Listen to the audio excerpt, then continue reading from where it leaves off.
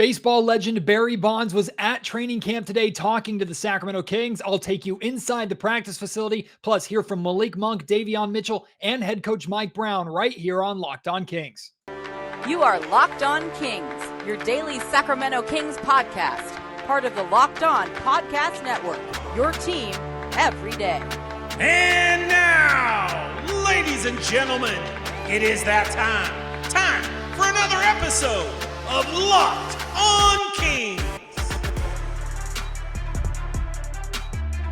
Hello and welcome into Locked On Kings, your podcast hub for Sacramento Kings coverage all regular season and all off season. My name is Matt George. I have the privilege of being your host here. I'm a Sacramento sports producer and reporter at ABC 10 News here in the California capital. And as we were making our way into Kings practice today, this is day 2 of training camp. And I shared with you yesterday, if you listened to yesterday's Locked On Kings podcast, kind of what the entrance is like into the practice facility for the media. There's a long hallway, right? And typically the door is open into the practice facility at the other end, and we can hear a lot of yelling, a lot of cheering, a lot of whistles, just basketball sounds, right? It's a loud environment with training camp and with the high energy. But as we were walking down the corridor today to enter the practice facility, the door was closed and all was quiet. We're like wondering, why is it so quiet in there? Did they wrap up practice already? Is practice already over? Is the gym empty? Like, what in the world is going on? And they open the door to the practice facility for us, and we walk into seeing the team in a gigantic huddle on the opposite end of the floor from where we were. And speaking to the team is San Francisco Giants legend, home run king, Barry Bonds. Yeah, Barry Bonds was in Sacramento because he threw out the first pitch at the Sacramento Rivercats game. The Rivercats are the AAA affiliate of the San Francisco Giants, and the Sacramento Kings organization and owner Vivek Ranadive just recently purchased and took over operation of the Sacramento Rivercats. So they had a press conference earlier officially announcing the move. And then, like I said, Barry Bonds was there to throw out the first pitch at that game. He then came over to the practice facility, surprised the team by showing up and speaking to them and sharing some of his wisdom with them. Now, we couldn't really hear too much of what he was saying. The one thing that I did hear crystal clear, though, at the end of or a couple things that I heard at the end of him talking to the team. Number one, was that Barry told the team that he was going to be paying close attention and he would be around this season with the Kings. And Barry, by the way, already has a pre-existing relationship with Kings head coach Mike Brown because with the amount of time that Mike spent in the Bay Area working with the Golden State Warriors over the last handful of years, he and Barry, I guess, developed a relationship through their time together there. But Barry says he is going to be a part of, or I shouldn't say that. Barry says he is going to be paying attention and says he's going to be around this team this year. So maybe that means he's going to come to a game or two and sit courtside to watch the Sacramento Kings play. Who knows? But there are a lot of smiles and a lot of nods on the or from the Kings players. And then another thing that I picked up on is after Barry was done talking, and Monty McNair was also there. Kings owner Vivek Ranadive in a Sacramento Rivercats uniform was also there. Wes Wilcox, part of the Monty's assistant general manager, was there. And Monty, I guess, started talking to the team and talking, and so did Mike Brown, kind of about Barry being here. And I think one of the players, I have no idea who the player was, mentioned something about going to Rayleigh Field. Sorry, it's now Sutter Health Park. It used to be Rayleigh Field. That's what I grew up on here in Sacramento. Going to a Rivercats game in the near future, maybe next season, and actually taking batting practice before a game, which would be pretty cool. So those are the only two things that I heard being in the facility. Now, unfortunately, we got there at the very end of practice. So they let us in at the very end of practice. So we didn't get to see nearly as much as we saw yesterday. We didn't get to see things like the free throw or sprint drill from yesterday, the fast break, running the floor, finishing fast break with layup drill that we saw yesterday. But after the team met in their huddle in the middle and broke apart, De'Aaron Fox and the rest of the team start walking to do individual work. Now they had to each hit like 5 free throws consecutively or something before they were able to leave the gym, and then others stuck around to do their own individual work. But De'Aaron starts walking, and he walks towards where the media is, and he yells at us, "Man, y'all missed it today. We didn't run no sprints," or he said something along those lines. So De'Aaron kind of having fun with us a little bit. It looked like the team was a lot more fresh today than they looked yesterday. Of course, again, we saw them not really working. We saw them just kind of standing around talking. So maybe at that point they had caught their breath. And I'm not saying that Mike Brown didn't push these guys, but I don't think they were running. And based off of what De'Aaron said, it didn't sound like they were running nearly as much today as they did yesterday. You're going to hear from Malik Monk, Davion Mitchell, and head coach Mike Brown in just a second. I also want to tell you a little bit of the individual work that I started watching and paying attention to. De'Aaron actually stayed out longer than he did yesterday today, doing some individual three-point work. He and Kent Bazemore were at the basket closest to us, getting shots up, and De'Aaron Fox was hitting his three-pointers better than Kent Bazemore was hitting his. It wasn't like a drastic difference, but I think they had to hit 10 at each spot on the floor. I didn't watch the whole thing because we were also getting ready to do our media interviews, but I caught De'Aaron shooting and making 10 threes, not consecutively. They just had to make 10 from the wing, and then he went to the top of the key or the straightaway three, and Kent Bazemore had to hit 10 before catching up with De'Aaron.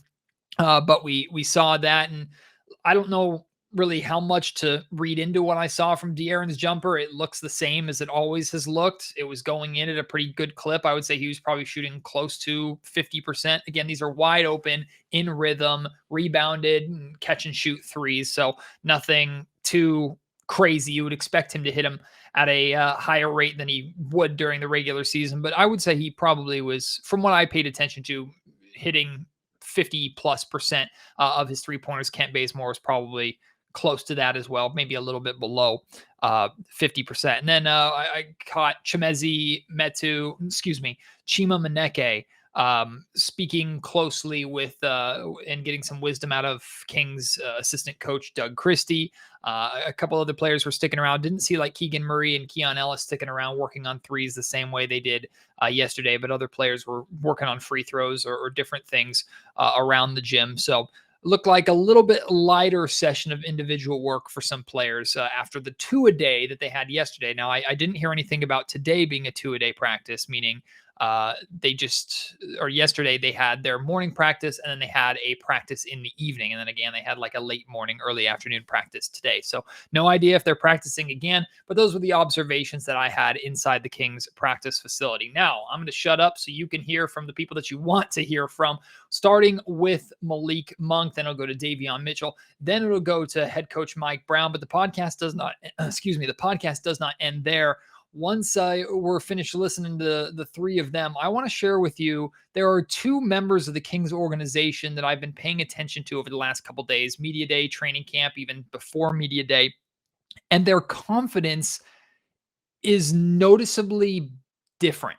And I'll explain who those two are and what I've noticed from that still coming up later in the podcast. But for right now, here is one of the newest Sacramento Kings, Malik Monk. He wants us to win. He wants us to succeed too. That's what I take from the last 2 days. Of course, he's a winner. Like I said, he's been to 5 championships, won 5 championships. So yeah, man, it's great to play for him. How do you view the depth and competition at the backcourt spots? It's always depth, man. We're in the NBA. It's all every guy can play in the NBA. So it's just waiting on your turn and waiting on your moment to come. But a lot of competition in practice, man, and that's what we're looking for to get better. You're entering year 6 now. Have you changed the way you approach the game over the years? Like, have you attacked the offseason in any different ways in the last couple of years? Yeah, everything changed, man. My whole approach to everything changed. Once I got to LA, once I started hanging around LeBron and AD and started seeing how they do things, I definitely changed my way of thinking and coming in, playing basketball. Yeah, what changed for you? I can't tell you that. It's a secret. Yeah, you're trying to get my secrets, man. How I can't tell you. You got a good relationship with De'Aaron, but there's a possibility you're going to play a lot of minutes with Davion too. Just how is that growing? How is sort of your chemistry? You got to have chemistry with everybody, man, playing basketball, because you're only as strong as your weakest link. So this is great. This is great playing with both of the guys. Davion is a super competitor, man, so he's going to boost everything up for me too as well. Well, how is a Mike Brown training camp? I know it's just 2 days in, different from what you've experienced before throughout the league. More intense, more to the point too. that's about it. More to the point, more intense. That happiness that you're talking about, is that different than you've seen in other teams, other stops around the league? Yes, for sure. I think because Mike is trying to change the culture, everything, man. I think he said that before, that he's just trying to change the culture with everything and how the Kings do stuff. So I'm happy to be a part of that. I think it's a lot more energy this year. A lot of the coaches are kind of into it. Like you see Mike Brown running up the floor, he's kind of into it. He kind of hype us up a little bit. I think we're playing harder. I think we're all competing out here. Well, last year we competed too, but I think out here, this year is kind of more competitiveness. Davion, we just spoke to Malik, and you're probably going to play a lot of minutes with him. What's it been like building chemistry with him and sort of figuring out his sweet spots? Yeah, he's a great player, man. He can shoot the ball, he can put it on the ground. He kind of can do everything. I'm telling him to shoot more a little bit, because he's trying to get to it, but if he just make the game simple. But he know how to play the game. He's been playing this league for a minute, but yeah, I love playing with him. Malik also said that camp, like the vibe just seems kind of happier than other places he's been around. Are you picking up on that too? Yeah, for sure. Especially because it's a new team, new coach, everything's kind of new, so we kind of just been, just happy to be around each other, happy to get actually everyone at one spot at one time, because during the summertime everyone wasn't around each other, so at this time it's a really good moment. Do you feel you have like a good feel as to what this team potentially could be right now, or is there still a lot of unanswered questions that even you would have as kind of these days go by and get closer to the season? I think we're still learning off each other. I think we still got to get an identity. I think right now our identity, we're kind of playing hard out there, but we just kind of clean some stuff up, stop turning the ball over, and I think we're a really good team. You played a bit with Domas last year, but how are you hoping that your guys' chemistry grows going into this year? Honestly, just keep getting better and better. Learning what spots he like to get to, just kind of playing off him a little bit because he can pass the ball, so just cutting off him because I can get easy buckets from him. So just learning to play off him will be really good for our team too. Davion, you're a defensive guy, but are you seeing a change in the culture of how defense is kind of being pushed a little harder this season? Yeah, for sure, especially with us. Especially because coming in, we wasn't big on being a defensive team last year, so we kind of emphasized that this year, so I think that'll be good for our team. What does that look like? When is it just emphasis in drills, or like what are some of the things that they're doing that really bring home defense as a focus? I think just having rules. Mike Brown knows he's been in this league for a minute, so just having rules, kind of sticking to those rules and kind of just leaning on those. Also the efforts are definitely a big thing, but if we just stick to our rules, I think we'll be a really good defensive team. What kind of rules are you talking about? I don't know, just playing the gaps, kind of the little things, being big. He always say be big, because it's kind of a thing that I need to do, kind of just have my hands out, because sometimes I just get there and be lazy. So if everyone can do that, then those are the little things that help us be a better defensive team. Everybody not just sports, but in life aspires to be the best of the best. And we've got to witness it and touch it and feel it and all that stuff firsthand. So tremendous. What was his message to the team? Basically, in a nutshell, hey, take advantage of whatever's in front of you. No matter what's in front of you, try to be the best you can be and embrace it. Malik said that he was kind of starstruck. You've been around some of the biggest stars in the game. Were you at all? The only reason why I wasn't because I knew he was coming. But if I didn't know he was coming and showed up, I was like, oh, man, wow, this is great. But I knew he was coming. You seem to have a pretty good relationship with him, just obviously from the Bay. Sure. How does that kind of grow?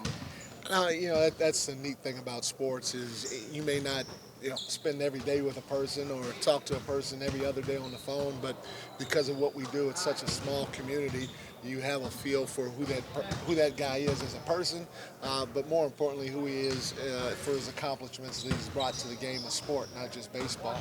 So for me, being in my seat, I get the best of a lot of good worlds. Mike, how much are you enjoying the teaching aspect of camp? For me, that's my thing. The players wouldn't want to hear it, but I could practice 20 times a month and play 2 games, or 30, because practice is fun to me, and it's fun because I enjoy seeing, the group as a whole just progress together, and when you start seeing them do more things right than not, then again that gets me excited. But the pinnacle is when they're able to basically coach themselves out on the floor. If something breaks down right away, they all know where the breakdown came from, and because they're able to correct it amongst themselves and they're talking our language, now you're able to be Phil Jackson and sit with your legs crossed. Is it helpful to have all of these players that have worked under you before, whether it's Della Vadova or Cook or Bazemore or you guys with the Nigerian team, that they actually know what's happening and what to expect from you? Yeah, it is helpful because there's familiarity, and we're not doing everything the same that we've done in the past, but there are some things that we're doing the same. Not only that, these guys have a feel for me as a coach and me as a person, and so they can enlighten others, as practice goes on or as the weeks go on as to, why I did this or why I'm doing that or why I responded this way or that way. So it's always good, again, to try to have a couple of guys that are familiar with you in both regards, as a person, as a coach, to be around to help the others especially. How quick can progress happen? This is day 2, so have you seen a lot of progress even from just getting started? For sure. And again, this is a journey. So we're gonna take some steps forward, but we may also take a couple backwards. Hopefully, we don't take too many backwards before we start going forward again. So, there's really no timetable. I can't sit here and say, hey, in 2 weeks we're going to be at our pinnacle. We're going to be closing. I don't know. I just hope we keep trending upwards, and I hope we don't have too many times where we're going the other way. Most encouraging sign you've seen? I like the competitiveness. That was one of the things that I harped on coming into camp is, do we have a competitive spirit? First of all, individually, which when we come together would be a collective competitive spirit. And, I feel like I'm starting to see that. I feel like guys are getting after it, guys care. And when that happens, that's, half the battle because you're playing harder. You know that you're trying to go that extra mile just to get this stop or to get this rebound or to get your teammate open. And, all the little details or taking care of the margins matter a lot in our business because there's a lot of talent out there. Mike, what are the biggest keys going to be to improving this team defensively? And then the second part of that question, how much can you tap into your experience with the Warriors last year where Steve asked you to head up the defense and what you learned through that process? Well, the biggest thing is the competitive spirit because I don't care what system you put out there, if you compete, if you bring, your hard hat and you're passionate about it, if you do that, you're going to at least have a chance to be an average defensive team. So now you buy into what the system is about and understand that it's 5 guys guarding the basketball, not just one guy guarding the basketball, but 5 guys guarding the ball. Now you buy into that and you trust that all your teammates have bought into it. Now you have a pretty good defensive team. Coach, going into year 2 for Davion, how good does he look defensively this early? I tell you, he's a special talent, especially on the ball defensively. He's got great feet. He's strong as the Dickens. He's got a great nose for the ball. He's not afraid, and he got some dog in him. And so you had them combinations, and on the ball, you can end up being a great on-ball defender where he has to keep working. Like any other youngster on this level is, okay, when your man doesn't have the ball, are you playing big? Are you in the right position? Is your man beating you back door?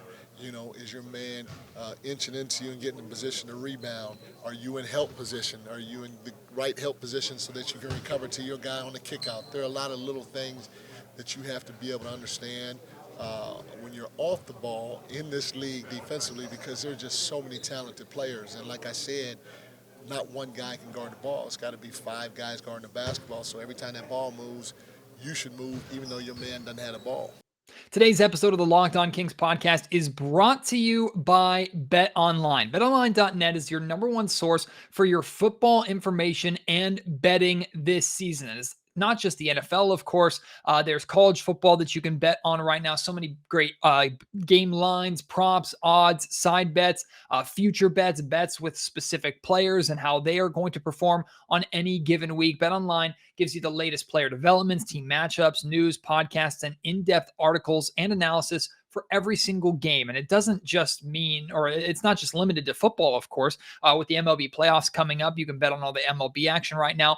NBA preseason is about to come up, and if you want to bet on preseason games, you're crazy, but you can definitely do that on BetOnline. There are some great future and prop bets surrounding the Sacramento Kings and all of the NBA for you to bet on right now. And even if you're into like MMA, boxing, and golf, they also have that for you to bet on. Head to betonline.net or use your mobile device to learn more at BetOnline, where the game starts. So there are 2 members of the Kings organization that I personally have noticed a difference in demeanor, a difference in confidence, maybe a a higher comfort level, and it's going to make sense more as I talk about each one. The first one, and you heard from him, and if you're watching on YouTube, you saw some of his body language. The first one is Davion Mitchell. When Davion came into training camp and came into the Kings last season, he was very quiet. He was very reserved. And I remember hearing the Kings were almost wanting him to be more vocal, speak up more. And I believe Davion is trying to become more of a vocal leader for the Sacramento Kings this year. Again, he's one of the older members of the team, despite just being in his second season because of how long he stayed in college and his time coming into the league out of Baylor. But speaking with Davion, interacting with Davion, there's more of a confidence, self-assurance in the things that he's doing. And he seems to have really, I mean, and this is not just this year, like he's developed it really from like towards the end of last season onward. You could see that he realized and kind of got a feel of, okay, I know this NBA thing. I can handle this. And I'm sure he always believed in himself, but now we've seen him kind of come out of his shell a little bit more and talk more openly. And you can see him, whether it's in practice scenarios or sometimes the camera caught him on the floor and during the sidelines towards the end of last season, being more of that vocal leader, just paying attention to Davion Mitchell. He seems to know that he is a extremely important part of this Kings team. Now, he was asked during the media scrum today about the position battles, and I asked him during media day about not just backing up De'Aaron Fox, but playing alongside De'Aaron Fox. I think we are going to get a lot of minutes of Fox and Mitchell playing together this year. That might even be the closing lineup for the Sacramento Kings. De'Aaron at the 1, Mitchell at the 2, or some combination of the two of those point guards. And I know Malik Monk wants to throw his name into that hat. Kevin Huerter wants to throw his name into that hat. There are 4 extremely talented guards on this Sacramento Kings roster this year, which is very exciting. Plus, you have guys like Terrence Davis who are trying to work their way in. Keon Ellis on a 2-way contract who's trying to carve himself a role. Kent Bazemore's kind of more of a 3, but also could play the 2. Like, we know how much depth there is, but I look at Davion and I see someone who knows that no matter what his role is going to be, he's going to have a significant one on this team. And he seems more prepared for that role or more confident in that role than maybe I expected to see or than we've seen in the past. And I think it's because that role is already clearly defined, whether he's a starter or not. Because the Kings are going to require from Davion Mitchell the same thing, no matter who he's playing with, how many minutes he's playing, and whether he is there for opening tip or the 6th man off the bench. Like, they're expecting a aggressive, attack-minded leader of a point guard who continues his reputation, that off-night reputation of being that stellar on-ball defender, who also can continue to build upon the momentum that he created for himself offensively at the end of last season. Then Davion also mentioned during media day how he's been working on his catch-and-shoot threes and his floor spacing so that he can fit with a De'Aaron Fox, a Domantas Sabonis, guys who are going to maybe draw defenses in and more attention that way. We know Davion can put the ball on the floor. We know Davion can push the tempo and run in fast breaks. So when De'Aaron's out of the game, Davion can take that responsibility onto himself. And when De'Aaron's in the game, Davion can run right with him. So I don't know if it's just my interpretation of his body language. It might be just a me thing. I'm going to ask maybe some other members of Kings media if they've noticed or seen the same thing. But Davion, to me, looks like he is very self-assured and very aware of what his job here is in Sacramento, and aware that that job right now is very important, and he still has opportunity to carve himself out an even more important role with maybe his play in training camp or early on this next season. Davion Mitchell believes that he should be a starter. Like, I don't need to ask him that to know that that's how he's thinking. I know he's not going to throw a fit and he's not going to change the way he plays if he's coming off the bench instead of starting. But Davion is in training camp competing right now, believing that he has just as good of a chance, if not a better chance, than Malik Monk or Kevin Huerter to get that starting spot next to De'Aaron Fox. And that's the demeanor. That's what I like to see out of him. The second member of the Kings organization, and this is the main one that I wanted to talk about. And you probably picked up on the fact that I'm saying organization. I'm not saying Kings roster. I'm not saying Kings players. Kings general manager Monte McNair has been more open, more talkative, more relaxed, and more confident than I have ever seen to this point. Now, we are getting more in-person interaction with Monty now than we've ever gotten before. A lot of that has to do with he was hired during the pandemic with everything going on, and we didn't meet Monty in person for a couple of years because all availability was online over Zoom, right? And that started to change this offseason, a few more press conferences and things like that. Now we're back to actual scrums where we're just standing around the guy. And his body language is someone who, even though he has not signed a contract extension, and even though the Sacramento Kings haven't won anything yet, he gives off, to me, he gives off the vibe of, I've done a good job this offseason. I'm proud of the work that I've done this offseason. I have done as good as I could possibly do, or given the circumstances, or I have built something that is going to be different. Like that is the vibe that I get off of interacting to and paying attention to Monty McNair. I know James Ham from the Kings Beat, he said similar things to this. He might have said it on social media. I know he said it on the Kings Beat podcast, and he might have said it with D'Lo and KC as well. And James and I were actually talking about it today a little bit, because I've been feeling the same thing for a while. Like Monty, and maybe it's just he's now in kind of pretty much year 3 of this role, and he's just more confident with the time and experience that he now has in Sacramento. But I really think it's more than that. This is why I'm at this point, I'm not concerned at all with the fact that he hasn't been re-signed or extended. Like, I think there is an extension that has been discussed. It might even be on the table. I have no idea. I don't have any inside information on that, truth be told. But what I do know is that Monty looks very confident for a guy who in most situations would be nervous that they're not going to have a job. Like, you don't really see lame duck general managers or lame duck head coaches go into the final year of their contract and show the confidence of someone who had just signed a 4-year deal. That's the feeling that I get when I look at Monty. It looks like someone who has signed a 4-year contract extension. I'm not saying he has. I'm not saying they've done so and kept it under the wraps. I don't know if he's had any promises or anything. What I'm saying is he looks like someone who knows he's going to be here. He looks like someone who believes that not only is he going to be here, but he is the general manager. He has made the moves necessary to break the playoff drought. He is the guy that is going to finally bring the Kings back into the postseason. That's the demeanor that he's giving off. And I'm not saying it's a cockiness or arrogance by any means. It's just a cool, confident, self-assured demeanor that I hadn't really seen out of Monty to this point. So again, take my word for it or don't. This is just my observations of seeing these guys and interacting with these guys on and off the record, in person, on and off camera, in person. And that's what I've taken away from it.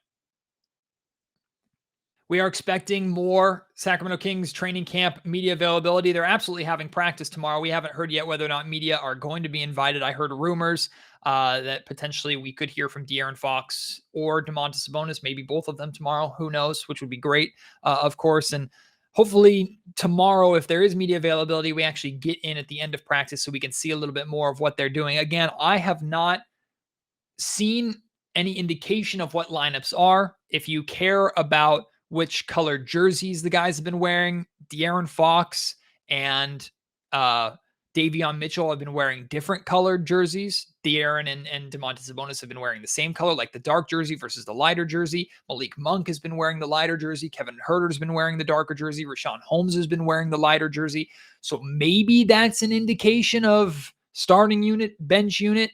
Keegan Murray has been wearing a darker jersey, so maybe that means he's a starter. When Trey Lyles has been wearing a lighter jersey. Again, you can read into that if you want to. That's the only, if there's any kind of breadcrumb to what the Kings are thinking lineup wise at this point, that would be it. But Harrison Barnes was also wearing a darker jersey. So guys that potentially could be the starting lineup have all been wearing the same color, the same dark. And then the guys that we expected to be on the bench have been wearing light. So maybe you can connect those dots if you want to. I'm not saying that that's for sure a thing or not, but those are just some of the observations that I have had at this point. So Also, again, just a reminder, I'm giving away a pair of opening night tickets to Kings and Trailblazers on October 17th. It'll be lower bowl tickets, section 116. And if you want to enter to win those tickets, all you have to do is go to my Twitter at MattGeorgeSac. That's SAC. And at the top of my profile, you see the pinned tweet. It's a picture of what your view is going to be like from that section. Looks like a thumbnail that you would normally see on my shows. And all you have to do is respond to that tweet with a picture or video. It could be of yourself, could be just of your favorite Kings memories, a moment that you witnessed in person, or you could leave like a little blurb, short story, memory, things like that you have with the Sacramento Kings. All you have to do is respond with something that meets those parameters. A third party will select the winner, and I will be giving 2 tickets to that winner for opening night. I initially put that it was going to be October 15th that a winner would be selected. I think I'm going to move that up to like the 10th or something, so that whoever wins has more time or is more aware of the fact that they are actually going to the game and don't just have 48 hours notice, essentially. So keep an eye out for that if I change the date, but please go and enter. It's a thank you to all of you. Even if you're brand new and this is the first Locked On Kings podcast you're listening to, go and enter right now. It's a thank you for the great summer that we had here on Locked On Kings. Appreciate your support. Hope you're enjoying this kind of in-depth training camp look over the last couple of episodes of Locked On Kings. Thank you for all your great support of the Media Day podcast episode as well. Hope you enjoyed the bonus content from that on yesterday's show. And I can't wait to be back with you on the next episode of Locked On Kings. Until then, my name is Matt George. You have been listening to the Locked On Kings podcast, part of the Locked On Podcast Network.